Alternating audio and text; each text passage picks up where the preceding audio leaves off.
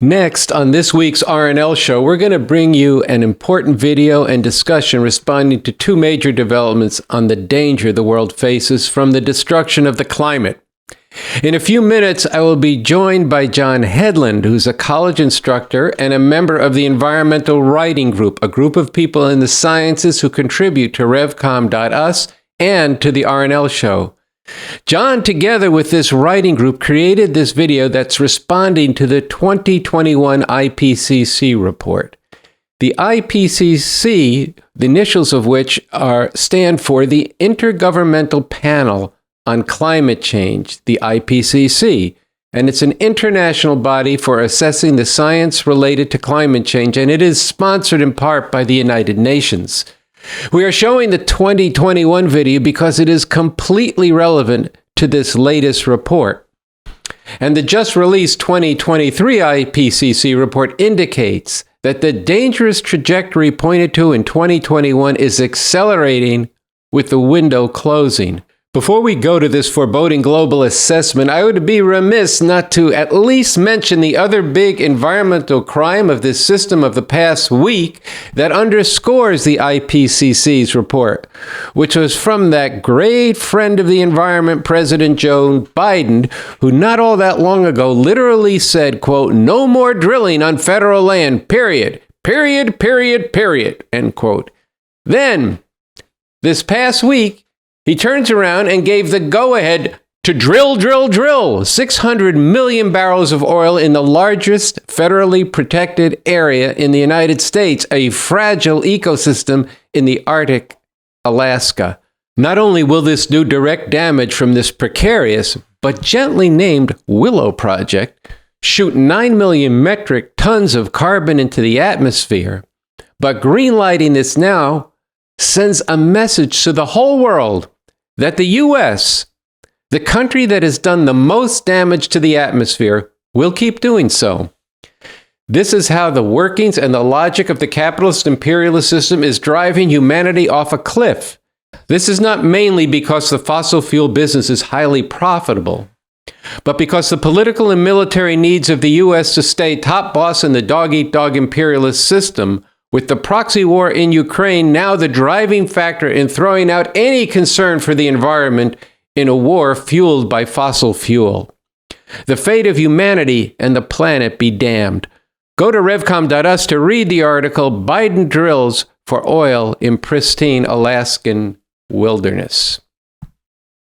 So, John, earlier in today's Revolution Nothing Less show, we got into how people watching this show, and especially the interviews we did with Bob Avakian, opens up a whole different way for people to understand the world, to feel that the world really could be different, that there really is a whole other way we could be living through a real revolution. You co-wrote a segment for the RNL show about the 2021 IPCC report. And you've told us that you show this, or actually a version of this, to your students. You discuss it in class and you have them write about it. This is the main thing I want to learn about from you today. But first, let's just have a brief first pass on the just released 2023 IPCC report on the state of the environment. The World Resources Report says that 2,000 pages are grim reading. But mirroring the IPCC report, they conclude by saying, quote, "A narrow window of opportunity is still open, but there's not 1 second to waste. Yet, the whole report reveals that there is among the major world imperialist polluters no intention of doing that, no direction in that direction, with Biden's greenlighting the Willow Project a case in point."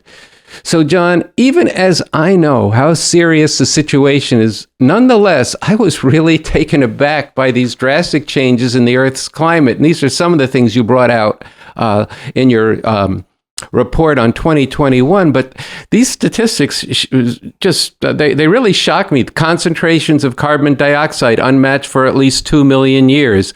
Glaciers have retreated unmatched for 2,000 years. The last decade was warmer than any period in 125,000 years. Sea levels rising faster than any prior century for 3,000 years. The summer Arctic's ice cover smaller than any time in 1,000 years. Ocean warming faster than any time since the end of the last ice age. And ocean acidification at the highest level of the last 26,000 years.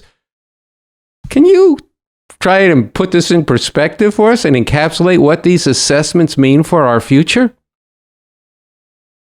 Yeah, well, we're really at a time and a moment in history right now where what we do over the next few years will impact the next thousands of years. We have as you said, a very short and rapidly closing window of time. Oftentimes, the year that's put out there is 2030, right? To rapidly reduce and curtail carbon dioxide emissions in order to give humanity and the planet a chance at a viable future, not even a guarantee, but a chance at a viable future. There are a lot of, calamitous and harmful effects that are already baked in now. And that's one of the things that really comes through in this report, in this IPCC report, is that a lot of damage has already been done. And the effects and the reverberations of that will be felt for the next thousands of years. But there is a brief window of time within which we can wrench dramatic changes in how the entire economy is structured from top to bottom, namely, but not exclusively, the burning of fossil fuels. And if we don't do that in the next few years, there is the possibility that the future will then be out of humanity's hands, that we might hit trigger points and tipping points within which cascading climate change will become irreversible and will no longer be dependent on what we do or don't do. So that's really what we're looking at. It's that serious, it's that grave. And it comes through in the IPCC report, but also it must be said that the IPCC report, in certain respects, is overly rosy, even in its diagnosis of the problem.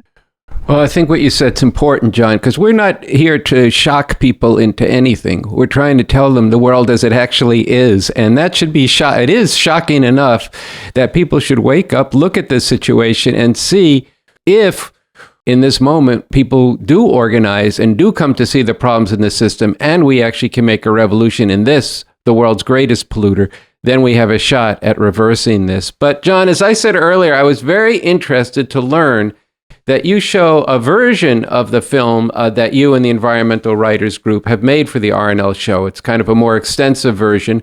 And you ask your students to write about it after you have a class discussion. And this is the kind of engagement of what we do on this show and what the Bob Avakian interviews are all about. And it's essential that this get out there broadly, shaking and waking people up, both to the harsh reality that's unfolding that we've been talking about, and the potentially for a radically different world. And we need more and more teachers at the secondary school level and the universities doing the same thing. So what I want to learn from you is what's been the response? What have you learned about what this provokes among the generation of young people going to college today? Yeah, so, as you said, I teach at the university level, and I assign my students a related RNL show segment. It presents the scale and scope of the climate crisis, some basic facts of the science of global warming, an overview of its effects, what's driving it, the solution being revolution, and how a revolutionary socialist society would be able to deal with this crisis. So my students, they watch a paper they watch and write a paper on this segment.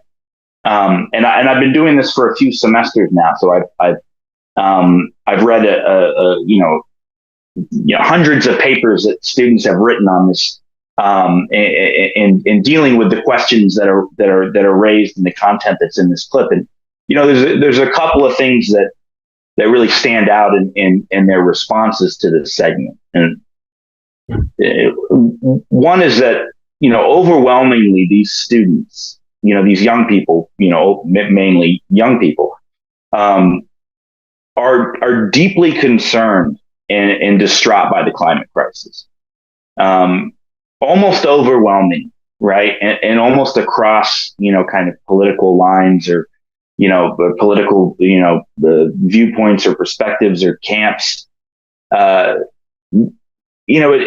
reveals that there's a tremendous, untapped well of anguish, of fear, of distress, of a kind of, almost existential dread, but also a fury among the younger generations in particular when it comes to the state of the planet and the climate crisis.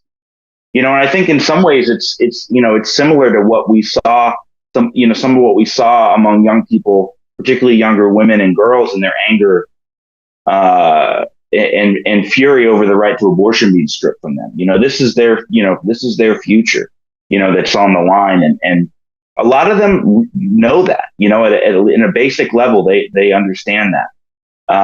They recognize that this is a very serious problem and that things are generally going in the wrong direction. And for many students, and I don't necessarily teach at a particularly, liberal or, left-leaning, college campus, that they recognize that capitalism is at least a part of why this climate crisis is happening, and in a basic way, see that capitalism is destructive for the environment.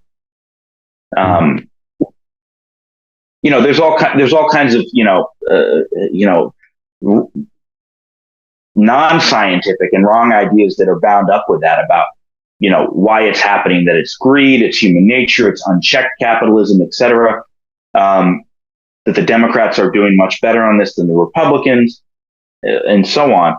But this leads me to another, thing that really stands out in their responses, which is that most of them have a very hard time actually envisioning how society could be different. How revolution could actually be possible in a country like this, how a revolutionary society would enable us to go at this climate crisis in a way that actually gives us a real shot at halting and in fact reversing it. They've never heard anything like this before. They've never, and I say that in my assignment, I'm like, you've probably never heard anything like this before. It is going to shock you. It is going to be different. It is going to be new. It is going to challenge and provoke you. And it does. It poses for them and it gets them asking some very big and important and I think vital, questions about this society, about the system that we live under. And then, one thing, in the Earth Day 2021 segment, there's a quote in the video from Bob Avakian about the need to apply science, not just to natural phenomena like, the climate change or the science of global warming, the science of climate change, the COVID-19 pandemic, but also to society. And it's striking to me that many students remark on and are provoked by this quote that I'm teaching a social science class, but they haven't really considered that you could apply the scientific method to understanding the social world, to getting at the underlying dynamics and driving forces, the historical development of society, in a way that can explain why we're in the situation we're in. So that's something that many students comment on, and I think it's a provoking and challenging thing, and it's I have to say it's kind of a damning indictment of the state of academia that people in a social science course have never considered the possibility of thinking scientifically about society. But there's not a lot of actual science being applied in the social sciences these days, and there's a lot of wrong anti-scientific thinking in the social sciences. But those are just some initial, and there's a wide range of of course of responses and engagement. But those are some, I think, those are some striking assessments I think that I have. Well, they are very striking and very thought-provoking to me. And what I want to do is show the segment because it does actually bring some of the content to how a scientific approach to society in the first part reveals the source of the problem, and then the second half of this reveals how it indicates the solution in a new society with the Constitution for a New Socialist Republic, authored by Bob Avakian. So I want to say that you just successfully completed an application to come back on the RNL show and discuss this further.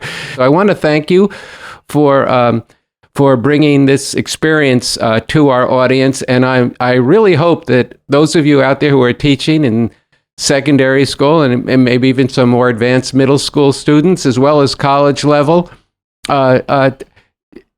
follow John's lead and take this segment, which will be posted on our YouTube page. So good to see you again, John, and thanks for this interview.